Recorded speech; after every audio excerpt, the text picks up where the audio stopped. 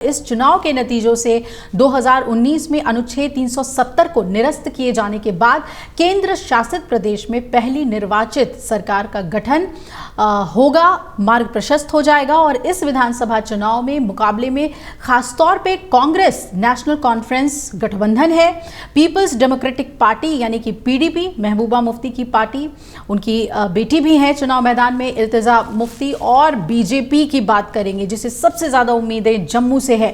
ये चुनाव जो पूर्ववर्ती राज्य को जम्मू कश्मीर और लद्दाख के केंद्र शासित प्रदेशों में विभाजित किए जाने के 5 साल बाद हो रहा है और पार्टियों की ओर से अपनी अपनी संभावनाओं का आकलन करने के बीच प्रशासन कल ही 20 जिलों में मुख्यालयों में निर्धारित केंद्रों पर सुरक्षा सहित बाकी व्यवस्थाओं को अंतिम रूप देने में कल व्यस्त रहा। निर्वाचन आयोग के अधिकारियों के मुताबिक सभी मतगणना केंद्रों पर त्रिस्तरीय सुरक्षा व्यवस्था की गई है ताकि ये सुनिश्चित किया जा सके कि जो सीमावर्ती केंद्र शासित प्रदेश में सब कुछ ठीक रहे।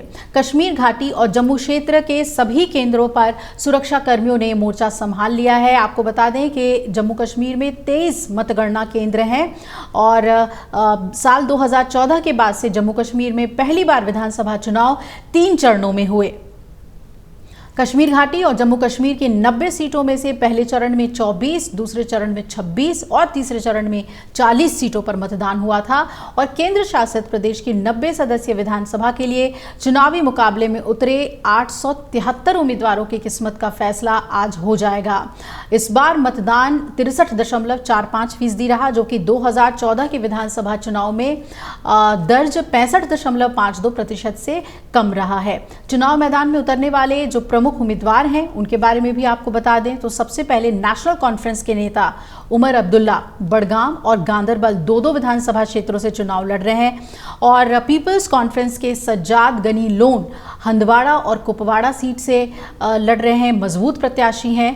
प्रदेश कांग्रेस कमेटी के अध्यक्ष तारिक हमीद कर्रा बटमालू से चुनाव मैदान में है और बीजेपी की बात करें तो प्रदेश अध्यक्ष रविंद्र रैना हैं जो नौशेरा सीट से चुनाव मैदान में है। बाकी उम्मीदवारों में कांग्रेस महासचिव गुलाम अहमद मीर डूरू से, पीडीपी नेता वाहिद पारा पुलवामा से, इल्तिजा मुफ्ती महबूबा मुफ्ती की बेटी अपने बहुत ही पारंपरिक सीट बिजबहरा से, जम्मू एंड कश्मीर अपनी पार्टी के अध्यक्ष अल्ताफ बुखारी चनापुरा से, मार्क्सवादी कम्युनिस्ट पार्टी के वरिष्ठ नेता मोहम्मद यूसुफ तारिगामी और पूर्व उप मुख्यमंत्री मुजफ्फर हुसैन बेग और ताराचंद शामिल हैं। शनिवार को आए एग्जिट पोल की अगर हम बात कर लें तो नेशनल कॉन्फ्रेंस गठबंधन को बढ़त हासिल होती हुई दिखाई दे रही है। कई पोल्स ने जो है इन्हें सत्ता में आते हुए दिखाया है, लेकिन क्षेत्रीय पार्टियों को भी कुछ सीटें मिलने की संभावना जताई गई है। बीजेपी के 2014 के विधानसभा चुनाव में जीती गई 25 सीटों की संख्या में थोड़ा और सुधार होने की उम्मीद है और 10 साल पहले हुए चुनावों में 28 सीटें जीतने वाली पीडीपी को इस बार 10 से भी कम सीटें मिलने का अनुमान जताया गया है।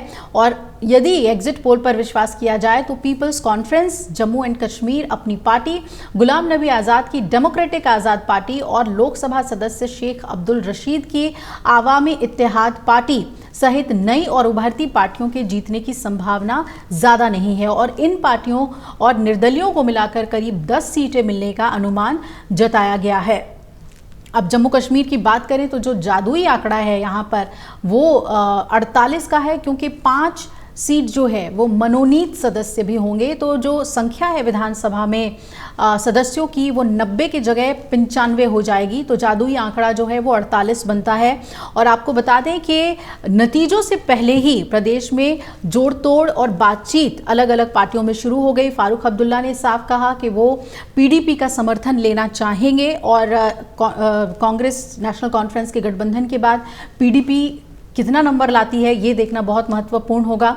दूसरी तरफ बीजेपी की बात करें तो वो भी जो निर्दलीय और छोटी पार्टियां हैं वहां की उनसे संपर्क साध रहे हैं। तो ये उम्मीद की जा रही है कि दोनों ही पार्टियां जो हैं वो सरकार बनाने के लिए हर संभव प्रयास करेंगी। अगर आप ये वीडियो YouTube पर देख रहे हैं तो हमारे चैनल को सब्सक्राइब कर बेल आइकन दबाएं और Facebook पर देख रहे हैं तो हमारे पेज को लाइक करें।